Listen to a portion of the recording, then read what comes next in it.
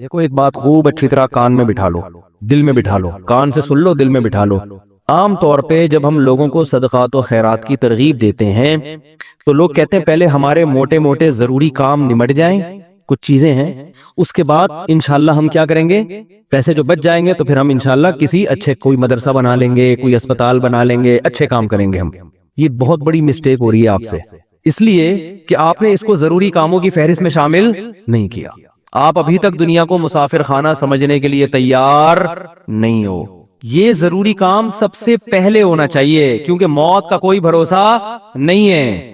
اور آخرت کے لیے صدقہ جاریہ کہ آپ کا کوئی ایسا اکاؤنٹ کھل جائے جو آخرت میں آپ کے کام آئے، کوئی ہسپتال بنا دیا، کوئی مدرسہ بنا دیا، کوئی کنواں کھدوا دیا، یتیم خانہ بنوا دیا، یہ یتیم خانے کے ساتھ تعاون کر دیا، یا کسی گھر کو پراپر بیس پر آپ نے کوئی بھی جو وہ تو بہت سارے مصارف ہیں نا۔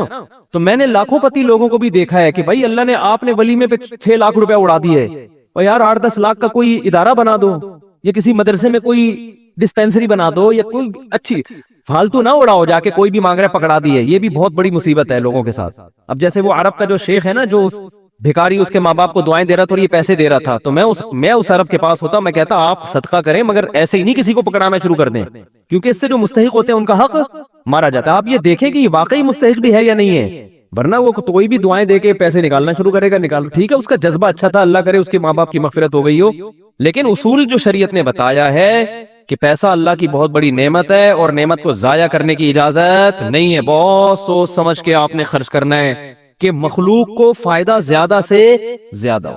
کم سے کم انویسٹمنٹ میں زیادہ سے زیادہ فائدہ کیسے ہو سکتا ہے، پھر اس میں زیادہ انویسٹمنٹ کرو۔ جیسے دنیا کے بزنس کا اصول ہے نا کہ انویسٹمنٹ کوشش ہو کم سے کم اور پروفٹ زیادہ سے زیادہ۔ ایسے تھوڑی کوئی بھی کاروبار کے لیے 1 کروڑ مانگ رہا ہے، آپ نے کہا پکڑا دیا، چل دیکھا جائے گا کتنا پروفٹ آ رہا ہے۔ تو بھائی جو دنیا کی تجارت کا اصول ہے وہی اصول آخرت کا۔ تو آخرت کا اصول یہ ہے کہ جو 2 چیزیں اس میں فوکس کرنی ہے، انسانیت کی خدمت زیادہ سے زیادہ کس کام میں ہے۔ بعض کام ایسے انسانیت کی خدمت بہت ہے مگر ان کے اثرات زیادہ عرصے نہیں رہتے، پھر بھی یہ کام کرنا ہے، کیونکہ اس میں خدمت کیا ہے، جیسے بھوکے کو کھانا کھلانا۔ اب ایک آدمی کے پاس کھانے کے پیسے نہیں، علاج کے پیسے نہیں، تو مر جائے گا بیچارہ، بھوک کی تکلیف کون برداشت کر سکتا ہے۔ تو بھوکے کو کھانا کھلانا یہ بظاہر صدقہ جاریہ تو نہیں ہے، کیونکہ یہ زیادہ ٹائم تک چلے گا نہیں نا، کھانا کھا لیا پیٹ بھر گیا بس ختم، لیکن یہ خدمت بہت بڑی ہے، تو اس کو بھی فوکس کرنا ہے۔ اور بعض چیزیں ایسی ہوتی ہیں کہ جس میں فوری طور پر خدمت تو بہت نہیں ہو رہی ہوتی، لیکن اس کا اثر آپ کے مرنے کے بعد بھی قائم، جیسے کنواں بنا دیا آپ نے۔ اب کنواں ایسی چیز ہے، جب تک کنواں رہے گا لوگ پانی پیئیں گے، آپ کو ثواب ملتا رہے گا۔ درخت لگا دیا مر گئے تو درخت سے کو بہت زیادہ، ایک درخت سے کیا فائدہ ہوگا، نہیں آ رہی سمجھ میں بھائی آپ نے ایک نیم کا درخت لگا دیا تو کوئی بہت تو نہیں نا، کوئی لوگ اس کو کھائیں گے تھوڑی، نہیں بھی لگاتے تو کیا ہو جاتا۔ تو اس میں انسانیت کا فوری طور پہ کوئی بہت زیادہ فائدہ نہیں ہو رہا ایک درخت سے، لیکن اس کے اثرات بہت دیر تک قائم رہیں گے۔ یعنی آپ مر بھی گئے تو درخت کے نیچے کوئی بھی چھاؤں لے گا، درخت آکسیجن سے فائدہ پہنچائے گا، چرند پرند اس سے کھائیں گے۔ تو آپ صلی اللہ علیہ وسلم نے فرمایا، صحیح مسلم کی حدیث ہے، جس نے درخت لگا کے مر بھی گیا تو جب تک درخت رہے گا اس کو ثواب ملتا رہے گا۔ تو اس میں فائدہ تو کم ہے لیکن دیر پائے ہے، مرنے کے بعد بھی یہ عمل چلتا رہے گا۔ تو ان 2 قسم کی چیزوں کو فوکس کرنا ہے۔ اور کچھ چیزیں ایسی ہیں جس میں جسمانی فائدے کے ساتھ دینی فائدہ بھی ہے، جیسے دینی مدارس کو سپورٹ کرنے کا فائدہ کیا ہوتا ہے، غریب طلبہ کو کھانا بھی ملتا ہے، علم بھی ملتا ہے، وہ عالم بن کے دنیا میں کام کرتے ہیں۔ تو صدقہ جاریہ بھی مرنے کے بعد وہ علماء جو کام کریں گے، پھر آگے ان سے جو ہدایت پھیلے گی، پھر وہ لوگ آگے جو تبلیغ کریں گے، تو جب تک اسلام باقی رہے گا آپ کو ثواب ملتا رہے گا۔ لیکن اب یہ بھی نہیں کہ کسی بھی مدرسے میں اٹھا کے دے دو، سوچ سمجھ کے کون کام کر رہے ہیں، کون ویژنری لوگ ہیں، کون بہت، اس میں پھینکنا نہیں ہے میرے بھائی۔ جیسے دنیا کی تجارت میں پیسہ پھینکا نہیں جاتا، بہت سوچ سمجھ کے۔ کوئی بھی آپ کے پاس آئے بولے 1 لاکھ روپے دو، میں پیسے کما کے آپ کو ہر مہینے 6,000 روپے دیا کروں گا، آپ پکڑا دو گے؟ انکوائری کرو گے بھائی 1 لاکھ کہاں، کون سا کاروبار آ گیا جس میں 1 لاکھ پہ آپ مجھے 10,000 دو گے یا 6,000 دو گے؟ وہ بتائے گا یہ ہے، اچھا مجھے دکان دکھاؤ چل کے۔ پھر جب آپ کو دکان دکھائے گا تو آپ کہو گے جب 1 لاکھ پہ آپ 6,000 کما سکتے ہو تو اپنے ہی لگا لو۔ کیا خیال ہے بھائی؟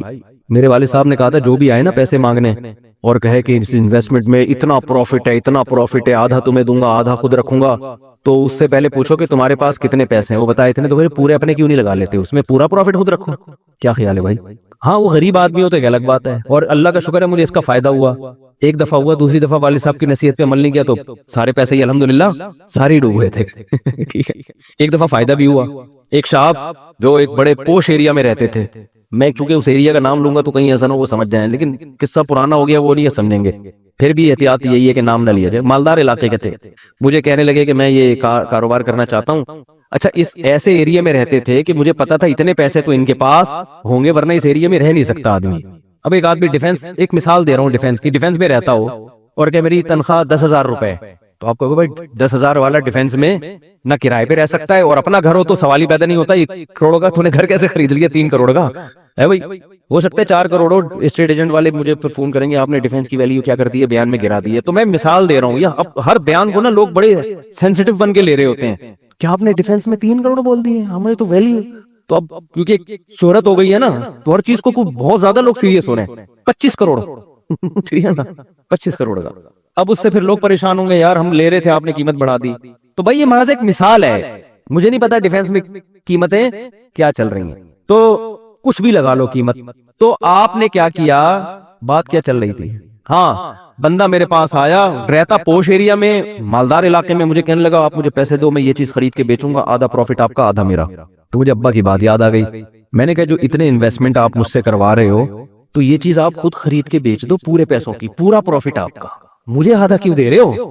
انویسٹمنٹ جو مجھ سے کروا رہا ہے اور آدھا پروفٹ دے رہا ہے، اس کا مطلب وہ رسک لینے کے لیے تیار نہیں ہے، بولے ڈوبیں تو اس کے ڈوبیں، اس کا مطلب آپ کو خود پتا ہے کہ یقینی پروفٹ نہیں ہے۔ سمجھتے ہو کہ نہیں سمجھتے؟ تو کسی کو پیسے دینے سے پہلے جیسے انکوائری کرتے ہو نا، صدقہ خیرات سے پہلے بھی ایسے انکوائری کیا کرو، کیونکہ آپ کے پاس لامحدود رقم نہیں ہے۔ غیر مستحق کو دینے کا سب سے بڑا نقصان یہ ہے کہ مستحق لوگ رہ جاتے ہیں۔ لوگ کہتے ہیں کسی غیر مستحق کو چلا گیا تو کیا ہے، او بھائی پھر اتنے بھی مستحقین رہ جائیں گے اس سے، اور ثواب کمانا ہے نا تو ثواب تو جب ہی ملے گا جب آپ کا پیسہ صحیح جگہ پہ جائے گا۔ جو غیر مستحق ہو اس کو ہدیہ دے دیا کرو بھائی دوستی یاری میں کہ چل یار گفٹ ہے، بات آ رہی ہے سمجھ میں؟ تو یہ میں اہم پوائنٹ کی بات بتا رہا ہوں کہ 2 جگہ خرچ کرنا ہے، ضرورت اور دوسرا جس کا اثر دیر پاؤ۔ صدقہ جاریہ بھی اچھی چیز ہے اور انسانیت کی ضرورت پوری کرنا۔ آپ کہہ سکتے ہیں یار ایک بھوکے کو کھانا کھلا دیا پیٹ بھر گیا تو وہ تو بس ایک ثواب مخصوص مل گیا تو اب تو ختم نا، صدقہ جاریہ تو قیامت تک رہتا ہے۔ یہ اس لیے بتا رہا ہوں کہ ہم بعض دفعہ لوگوں کو بتاتے ہیں کہ یار یہ دیکھو یہ غریب ہے، اس کو بیوہ ہے، اس کے گھر میں راشن ڈال دو، کہہ رہے نہیں ہم تو صدقہ جاریہ چاہتے ہیں۔ تو یاد رکھو صدقہ جاریہ کے اپنے فضائل ہیں کہ وہ چلتا رہے گا آپ کا، لیکن بھوکے کو کھانا کھلانے کے، اس کی ضرورت پوری کرنے کے اپنے، وہ ثواب تھوڑا ہے لیکن وزنی بہت ہے۔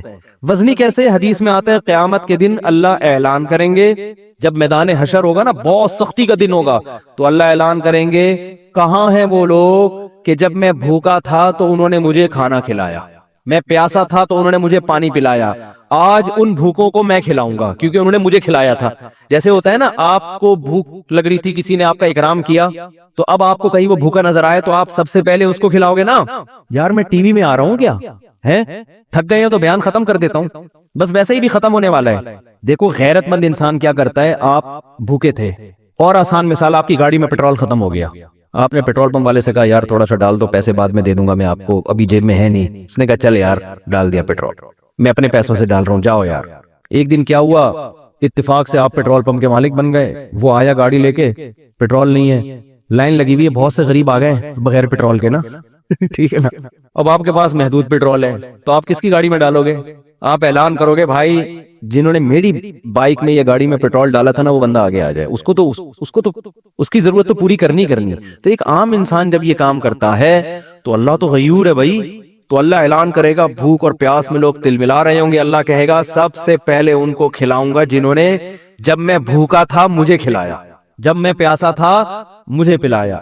تو لوگ کہیں گے اللہ تو کہاں بھوکا ہو سکتا ہے؟ تو اللہ کہیں گے میری مخلوق میں فلاں شخص بھوکا تھا تو اس کا بھوکا رہنا ایسا ہی ہے جیسے میں، کیونکہ حدیث میں آتا ہے الخلق عیال اللہ، جیسے گھر کا کوئی سربراہ ہوتا ہے نا تو بچے بھوکے ہوں گے تو تکلیف کس کو ہوتی ہے؟ باپ کو ہوتی ہے کہ نہیں ہوتی ہے؟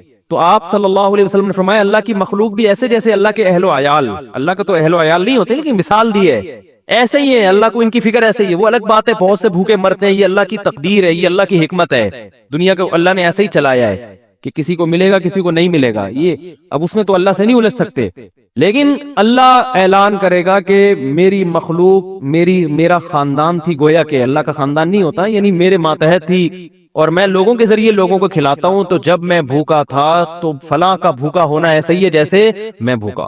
تو اس سے پتا چلتا ہے کسی بھوکے کو کھانا کھلانا ایسے جیسے آپ کس کو کھلا رہے ہو؟ اللہ کو. تو اگرچہ یہ صدقہ جاریہ نہیں ہے، لیکن بھائی ایک نیکی ہے، لیکن یہ وزنی بہت زیادہ ہے. تو ان دونوں مدوں میں خرچ کیا کرو. کرو گے کب؟ لوگ کہتے ہیں اچھا ٹھیک ہے، وہ ایک دو کو تو کھلا دیتے ہیں. جو بڑا اماؤنٹ جو ہے نا، جیسے اپنی شادی بیاہ پہ خرچ کرتے ہیں، گاڑیوں پہ خرچ کرتے ہیں، مکان پہ خرچ کرتے ہیں، اس ٹائپ کا اماؤنٹ اللہ کے لیے خرچ. اللہ کے لیے بس وائپر والے کو 20 روپے. اب تو 20 ریٹ تھوڑے بڑھ گئے، ورنہ 5 پہ چل رہے تھے. وہ پھر کھلا مانگ بھی رہے ہوتے تھے. وہ پھر کیا مانگ رہے ہوتے تھے؟ ایک آدمی نے کسی فقیر سے کہا کہ ایک فقیر کسی آدمی کے پاس آیا کہ اللہ کے نام پہ نا پتہ نہیں کچھ چائے پلا دو یا کچھ کھانا کھلا دو. تو اس نے 100 کا نوٹ نکالا، بولا کہ 50 روپے ہیں. اس نے کہا ہاں. اس نے کہا 50 روپے دے گا واپس لے. اس نے کہا پہلے وہ اس سے پی لو جا کے. یہ بھی لوگوں کو جانچنے کا ایک بھائی بھکاری بولے پہلے وہ پیسے تو خرچ کرنا تھے، تیرے پاس ہیں. یہ بھی ایک طریقہ، بڑا خاندانی طریقہ ہے یہ. ٹھیک ہے نا. تو کیا بات کر رہے تھے یار؟ اصل میں آج میں اتنا صبح سے گھوم رہا ہوں نا، آج میں 1 منٹ کے لیے نہیں بیٹھا ہوں. صبح سے یہ کام وہ کام، ادھر ملاقات، ادھر جاؤ، فلاں ملتان سے آئے، فلاں کھانے وال سے آئے، فلاں جماعت آئی ہوئی ہے، فلاں یہ ہو رہا ہے. کھوپڑی سارا دن گھوم گھوم کے نا جب بیان میں بیٹھتا ہوں تو وہ اتنے مختلف قسم کے سگنل آ رہے ہوتے ہیں کہ اس کو گچی سے پکڑنا کیا ہوتا ہے، بہت مشکل ہوتا ہے کہ یار پوائنٹ سے ہٹے نہیں. تو ہاں میں یہ عرض کر رہا تھا، جلدی سے بات سمیٹ کے ختم کرتا ہوں، کہ لوگ یہ کہتے ہیں کہ پہلے موٹے موٹے کاموں سے فارغ ہو جائیں، یہ بھی اس کے بعد جب بچا کے بڑھاپے میں بالکل اینڈ میں جا کے اتنے پیسے کسی مدرسے کو دے دیں گے. نبی صلی اللہ علیہ وسلم نے فرمایا انسان ساری زندگی، حدیث کا مفہوم ہے، مال جمع کر کے رکھتا ہے اور کہتا ہے کل خرچ کروں گا، کل خرچ کروں گا، کل خرچ کروں گا. پھر جب بڑھاپا آتا ہے کہتا ہے یہ فلاں کے لیے اور یہ فلاں کے لیے. فرمایا وقت کان علی فلان، اب تو وارثوں کا حق اس پہ ہو گیا. اب تو وارث کہیں گے ابا ہمیں محروم کرنے کے لیے اپنی تو ساری عیاشی ابا نے کر لی. اب جب ابا کا انا للہ ہونے والا ہے، دنیا سے جانے والے ہیں، اب بچوں کو نظریں ہوتی ہیں دو دکانیں ابا کی میرے حصے میں آئیں گی. چلو ابا سے ایسی لالچ تو نہیں کرنی چاہیے، لیکن بہرحال پتا ہے کہ یار چلو ابا نے بنائی، اب ہمارے کام آئیں گی. اب ابا کیا کر رہے ہیں؟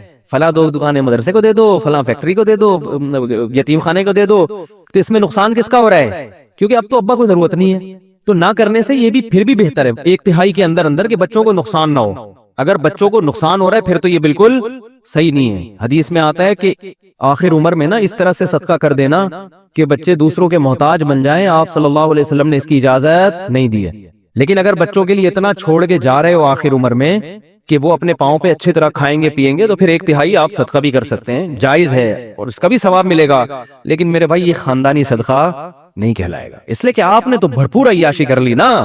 آپ کی تو 4 شادیاں معذرت کے ساتھ ہو گئیں، ایک جس کی ہو گئی ان کی بات کر رہا ہوں، اور آپ کی تو جناب یہ بھی ہو گیا وہ بھی ہو گیا، سارے کام ولیموں پہ بھی اڑا دیا اور انویسٹمنٹ بھی تباہ کے کر لی، کاروبار بھی ہو گیا، سب کچھ مزے تو اڑا لیے نا آپ نے.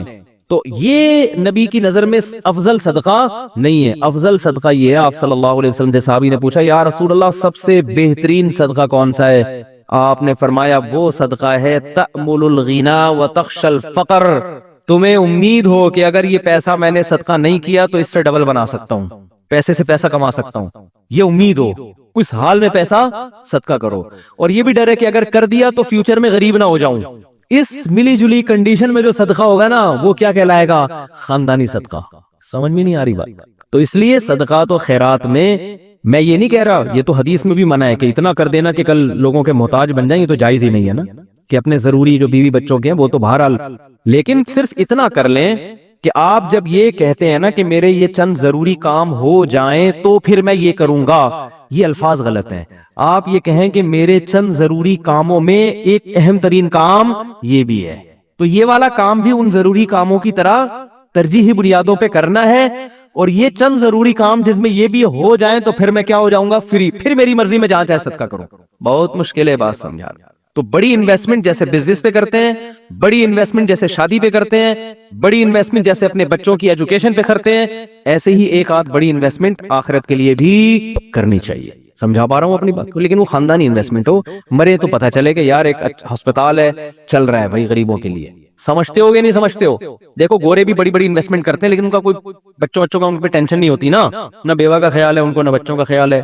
آپ کے لیے صدقہ کرو گے ثواب ملے گا، کیونکہ آپ تو پوری فوج چھوڑ کے جا رہے ہو اگر میرے بیان سنتے ہو. کیا خیال ہے؟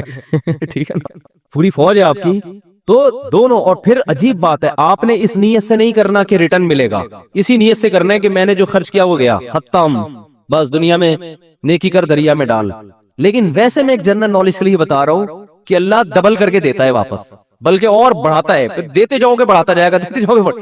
حدیث میں آتا ہے ما نقصت صدقۃ من مال, صدقے سے مال میں کبھی بھی کمی نہیں ہوتی نہیں ہے. لیکن آپ نے یہ نیت نہیں کرنی, آپ نے یہ نیت کرنی ہے کہ میں دے رہا ہوں اور مجھے نقصان نہیں ہوگا اس کا, میرا کاروبار بھی کم ہو جائے گا اور میرے گھر میں بھی تھوڑا خرچہ کیا ہو جائے گا. یعنی میری اپنی بیوی بچوں سے تو خرچہ مت روکو, ان کو نہ بھیٹ چڑھاؤ اپنے توکل کی, ٹھیک ہے نا. اپنا, میری گاڑی تھوڑی سی سستی ہو جائے گی, یہ ہو جائے گا وہ ہو جائے گا, اپنے اوپر تو رکھ کے سب کچھ کرو. یہ نیت یہ کرو کہ یار کم ہی ہو جائے گا. لیکن ویسے میں جنرل نالج کے لیے بتا رہا ہوں کم ہوتا نہیں, کیونکہ اگر آپ نے نیت یہ کر لی نا کہ بڑھ جائے گا, پھر نہیں بڑھے گا, پھر نہیں بڑھے گا. اور اس میں بات چاہ کے کمپلیٹ ہو جائے, لیکن اس میں آپ نے یہ دیکھنا ہے آپ نے توکل کتنا ہے. صحیح ہے نا, کل آزمائی شاید تو ایسا نا یار مجھ سے آپ کا بیان ہی گلے پڑ گیا یار, تو کوئی بات نہیں, پہلے یہ والے بھی کر لو پھر کر لو, تو خاندانی نہ ہو, غیر خاندانی صدقہ بھی ہو تو چلو صدقہ تو ہو گیا نا. تو خاندانی صدقے کے لیے تھوڑی سی کھوپڑی بھی خاندانی ہونی چاہیے, تو یہ ظرف بھی ہونا چاہیے اسی حساب سے, تو اپنی حیثیت دیکھ کے. لیکن میرا مقصد صرف یہ ہے کہ یار کچھ تو انویسٹمنٹ آخرت کے لیے بھی جوانی میں, جب آپ کو ضرورت ہے. بڑھاپے کے لیے نہ رکھو, بڑھاپے میں اللہ اور توفیق دے دے گا. اور صدقہ ایسی چیز ہے جس کو ایک دفعہ عادت پڑتی ہے نا, پھر ہاتھ رکتا نہیں ہے اس کا. آدمی بعض دفعہ ایک بڑا اماؤنٹ خرچ کرتا ہے کہ یار یہ میں بڑا اماؤنٹ خرچ کر رہا ہوں بس تاکہ ایک دفعہ ہو جائے, کل مروں کوئی بھروسہ نہیں, کل مر جاؤں تو صدقہ جاری ہوگا. تو ایک دفعہ کرو گے نا, عادت ایسی پڑتی ہے اس کی, پھر کل دوبارہ یہ سوچ کے دوبارہ کرو گے. یہ اللہ کی طرف سے ایک نعمت ہے کہ جو کرتا ہے پھر اللہ اس کو صدقے کرنے کی توفیق دیتا رہتا ہے. تو یہ سب سوچ سمجھ کے. تو ہاں اچھا, اس میں پھر دو کام کرنے ہیں. کچھ صدقے تو پبلک کو دکھا کے کرنے ہیں, اپنے بچوں کو بھی بتاؤ, بیوی کو بھی بچاؤ, بھائی کو بھی بتاؤ, رشتہ داروں کو بھی بتاؤ, کیونکہ قرآن میں جگہ جگہ آتا ہے کہ نیک لوگ چھپا کے بھی صدقہ کرتے ہیں اور علانیت. دکھانے کا فائدہ یہ ہوگا, پبلک کو ترغیب ہوگی کہ یار اس نے جب یہ ہسپتال بنا سکتا ہے, مدرسہ بنا سکتا ہے, یتیموں کی مدد کر سکتا ہے اور نہیں مرا, ماشاءاللہ کھا رہا ہے, کچھ ہمیں بھی عبرت حاصل ہوگی کہ نہیں ہوگی. بچوں کو جب بتاؤ گے تو بچے کہیں گے یار میرے باپ نے اتنا کچھ کیا, جب وہ باپ بنیں گے تو ان کا بھی دل چاہے گا. تبھی میں لوگوں سے کہتا ہوں اپنی بہنوں پہ خرچ کیا کرو لفافے میں, اور بچوں کو بتاؤ دیکھو میں نے پھپھو کو تمہاری اتنے پیسے دیے, شو مارنے کے لیے نہیں, تاکہ وہ بھی آپ کی بہنوں, آپ کی بیٹیوں پہ, جب آپ اپنی بہنوں پہ اپنی اولاد کے سامنے خرچ کرو گے تو آپ کا بیٹے کو خیال ہوگا کہ یار مجھے بھی جب میری ارننگ آئے گی تو مجھے بھی اپنی بہنوں کا خیال کرنا ہے. ہماری یہ پرمپرا ہے, ہمارے خاندان میں مرد عورتوں کا خیال کرتے ہیں. آپ کیا کرتے ہو, کبھی ایک دھیلا بچے نے نہیں دیکھا کہ آپ کی جیب سے اس کی پھپھو کے لیے نکل رہا ہو, ٹھیک ہے نا. نصیحتیں آپ کی صبح شام ماشاءاللہ ہول سیل کے حساب سے چلتی رہتی. بچے کو سمجھاتے رہتے ہو غریبوں کا خیال کیا کرو, بوڑھے ماں باپ کا خیال کیا کرو. بچے کو پتہ ہے فری پھوکٹ کی نصیحتوں کے علاوہ ابا کے پاس کوئی کام نہیں ہے, فری پھوکٹ کی نصیحت. جب آئیں گے گھر میں ٹارزن بن کے, کہتے تو نہیں ہے لیکن دل میں یہی ہوتا ہے, یہ کر لو, یوں نماز کی نہیں پڑھتا, یہ کیوں نہیں کرتا, یوں کی نہیں, ویڈیو گیم کھیلتا رہتا, پٹاخ تھپڑ لگایا, یہ کر رہا ہے وہ کر رہا ہے. بچے کو پتہ ہے ابا کے پاس فری پھوکٹ کی نصیحتوں کے علاوہ, وہ ہمارا فلاں ماموں بیمار تھے, ابا نے ایک دھیلا نہیں نکالا جیب سے. امی کی طبیعت خراب ہوتی ہے تو ابا کے پاس ہسپتال لے جانے کا ٹائم نہیں ہے. نصیحتیں جتنی مرضی کروا لو, نصیحتیں بھی کریں لیکن نصیحت سے زیادہ عمل. بات آ رہی ہے سمجھ میں. ایک صاحب تھے, وہ نا بہت زیادہ صدقہ کرتے تھے, امریکہ میں ہیں وہ. میں نے ان سے پوچھا, میں نے کہا یار آپ ہر مہینے کچھ نہ کچھ کرتے رہتے ہو اتنی, اور وہ ایسی قوم سے تھے جو کنجوسی میں مشہور ہے. میں نے ان سے پوچھا آپ کی قوم کیا ہے, میرا خیال تھا کوئی سید ہاشمی قریشی ہوں گے, کوئی وہاں کے مکہ مدینہ کے اتنے سخی. تو انہوں نے کہا یار ہم وہ قوم کا نام لیا جو کنجوسی میں جس پہ لطیفے بنے ہوئے ہیں. میں نے کہا اس قوم کے ہو کہ آپ اتنے ماشاءاللہ. تو انہوں نے کہا یار میرے باپ کو ہم نے بہت صدقہ کرتے ہوئے دیکھا ہے, تو بس ہم نے ابا سے سیکھی, ہماری یہ بلڈ میں یہ چیز شامل ہو گئی ہے, نہیں کرے تو ہمیں سکون نہیں ملتا. میں نے کہا یار بڑے خاندانی ہو. میں نے کہا یار کبھی آپ کو دکھاؤں گا بھائی اس قوم پہ لطیفے بنانا چھوڑ دو. قوموں پہ لطیفے ہیں نا, ایک قوم بڑی کنجوس مشہور ہے, ان کے ہاں جب بچہ پیدا ہوا نا تو سب آئے مبارکبادی کے لیے, سارے جمع ہو گئے. تو بچہ کہتا ہے سارے یہاں جمع ہو گئے, دکان پہ کون بیٹھا ہوا ہے, تم سب یہاں آ گئے مبارکباد دینے, کم بختو. یعنی اتنی اللہ نے اس بچے کو قوت گویائی عطا فرمائی. یہ بلڈ میں آ جاتی ہے نا چیز, تو بچے کو عقل نہیں ہے, شعور نہیں ہے, لیکن اس کے جینز میں یہ چیز آ گئی ہے کہ بھائی دکان کا بھائی آدھے ابھی آ جاتے ہیں, آدھے کسٹمر کو سنبھالتے. یہ لطیفہ ہے, کوئی سچا واقعہ نہیں ہے یہ, ٹھیک ہے نا, ایسی فرضی لطیفہ ہے سمجھانے کے لیے کہ کچھ اتنا کر کے جاؤ کہ بچے پیدا ہو کے جو ہے نا یہ بول رہے ہوں کہ ہم مبارکبادی میں 5 روپے تمہاری جیب سے نہیں نکلے. سخاوت کی ترغیب دیں وہ. تو خیر کچھ چھپا کے کچھ دکھاؤ, اور کچھ کیا کرو ایسا چھپاؤ کہ وہ حدیث میں آتا ہے دائیں سے دو بائیں کو پتہ نہیں، بھول جاؤ نیکی کر کے دریا میں ڈالنا جسے کہتے ہیں، خود بھی بھول جاؤ کہ میں نے کوئی نیک کام کوئی صدقہ کیا، کسی غریب کو کھلایا بھی ہے کہ نہیں کھلایا. جیسے عرب لوگ کرتے ہیں نا، آتے ہیں بیٹھ جائیں بھائی، بیان ختم ہو جائے پھر کرنا سوال، ٹھیک ہے بیان ختم ہو جائے. تو جیسے عربوں میں ہے نا کہ دائیں ہاتھ سے دیتے ہیں ایسے، بعض فقیروں کو یوں کرتے ہیں جیب میں ڈال دیتے ہیں بس یوں کر کے نکل جاتے ہیں، اس فقیر کا سامنا بھی نہیں کرتے کہ کہیں یہ نہ دیکھ لے اور پھر یہ جب ملے گا تو جھک کے ملے گا، یہ بھی نہ ہو. ایسا دو کہ کسی کو بھی پتہ نہ ہو، جس کو حدیث میں کہتے ہیں لا تعلم شمالہ ما تنفق یمینہ، دائیں ہاتھ جو خرچ کر رہا ہے بائیں کو بھی پتہ نہ چلے. اس سے پتہ چلتا ہے دیتے ہوئے کون سا ہاتھ استعمال کرنا چاہیے، دائیں. لیفٹ ہینڈ سے لین دین کرنا یہ شریعت میں پسندیدہ نہیں ہے. میری تو عادت ہے کوئی دکاندار بائیں ہاتھ سے پیسے پکڑاتا میں کہتا ہوں بھائی کیوں نحوست ڈال رہا ہے اس کے اندر، اس کو ہاتھ چینج کر کے سیدھے ہاتھ سے دے دے. مجبوری ہو تو ایک الگ بات ہے، آپ ڈرائیونگ کر رہے ہیں تو پھر اب یہ تو نہیں کہ وہ جو ہے نا ایک ہاتھ سے گیئر پکڑا ہوا ہے ہاتھ چھوڑ کے جی تو کھڈے میں گر گئی گاڑی، تو مجبوری میں لیفٹ ہینڈ استعمال کیا جائے گا. مجبوری میں الٹے ہاتھ سے کھانے کی بھی اجازت ہے مجبوری میں، لیکن نارملی ڈرائیونگ میں آپ الٹے ہاتھ سے مجبوری ہوتی ہے، بعض دفعہ بعض لوگ رائٹ ہینڈ سے صحیح اسٹیئرنگ پہ قابو رکھتے ہیں، لیکن نارملی نہ دائیں بائیں سے لیفٹ ہینڈ سے کھانا چاہیے، نہ لین دین کرنا چاہیے.